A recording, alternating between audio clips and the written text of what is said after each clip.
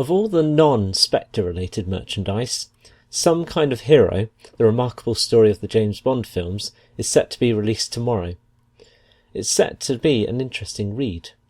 704 pages in length, it also promises to be very thorough and detailed. The description on Amazon suggests that the book will detail the full story of the film series, from the early 60s to the modern day. One would hope it features some details about the shooting of Spectre as well. The book will feature unpublished interviews of cast and crew from across the years. The two authors know their stuff, with Matthew Field having acted as a consultant on the documentary Everything or Nothing, and A.J. Chowdhury having contributed to a number of Bond books. The Bond directors Guy Hamilton and John Glenn are also mentioned, so we can expect a sizable input from them. The book features a foreword by Bond No. 2, George Lazenby, which could make for an interesting read. Moving away from the film Bond, Ian Fleming, A Personal Memoir, is released on the 8th of October, and as the title suggests, it takes a look at the life of Bond's creator. However, unlike the numerous biographies released over the years, which tended to celebrate his life, this book is written by a man who knew Fleming well, Robert Harling. No doubt he'll speak fondly of the man he worked closely with during the war, but he will also detail the private exchanges he had with Fleming, which brought to light the darker side of Fleming's personality.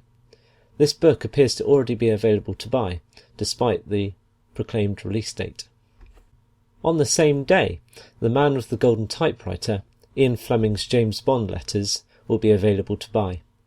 This book also looks to put a different slant on the biographies of Fleming, this time detailing his life through the numerous letters he wrote to his wife, publisher, editors, fans, friends and critics. This promises to be a fascinating read, containing letters produced by the famous gold typewriter, written by the man himself.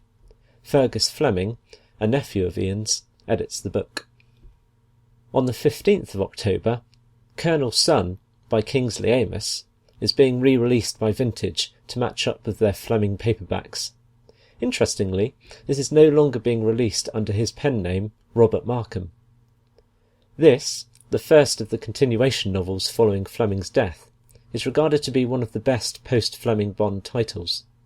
Kingsley Amis himself had written a Bond reference book, so he knew what he was talking about and was the perfect choice. Also on the 28th of October, last year's Young Bond release, Shoot to Kill, is being released in paperback format. The 2nd of November sees the re-release of John Glenn's autobiography, For My Eyes Only, directing the James Bond films. Originally released in 2001, this book has always eluded me, but it would appear that both versions of the book are now available on Amazon. The book gets an updated and vastly improved front cover, and focuses primarily on the making of Glenn's 8 Bond films, the 5 he directed, from For Your Eyes Only to Licence to Kill, which makes him the most prolific Bond director, and the other 3 he had a more behind-the-scenes role on Her Majesty's Secret Service, The Spy Who Loved Me, and Moonraker. Expect enlightening behind-the-scenes stories and rare film stills. The book also features a foreword by ex-Bond Roger Moore. It would appear there's a lucrative trade in book forewords for ex-Bond actors. A book simply entitled James Bond Cars is due for release on the 5th of November. Not only will it detail Bond's iconic cars, with plenty of photographs and technical information, but it will also take a look at the cars driven by the Bond girls and villains as well.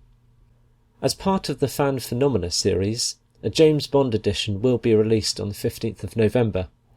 The book takes a look at the fan base of 007, and also delves into the Bond-inspired fan works, the brand of Bond, and the many different versions of Bond.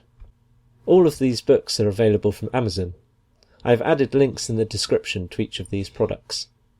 These are not necessarily books that tie directly to Spectre, the new film, but may contain traces of it. Their release dates are of course carefully planned to coincide with the new film, though. Last but not least, the one bit of merchandise that isn't a book is a new 007 fragrance. Again, technically not a Spectre collectible as such, but designed to be released alongside the film. 7 is the 4th such Bond fragrance to hit shelves. It's available as a perfume, intense perfume, aftershave, shower gel, and deodorant. If I've missed anything, do let me know. More products may be released later in the year that are not currently listed. I've focused on the products that are out in the next few months, but if time, I'll revisit some of the Bond merchandise released earlier in the year. Also, take a look at my Spectre merchandise video, where I focus on the products directly linked to the film itself.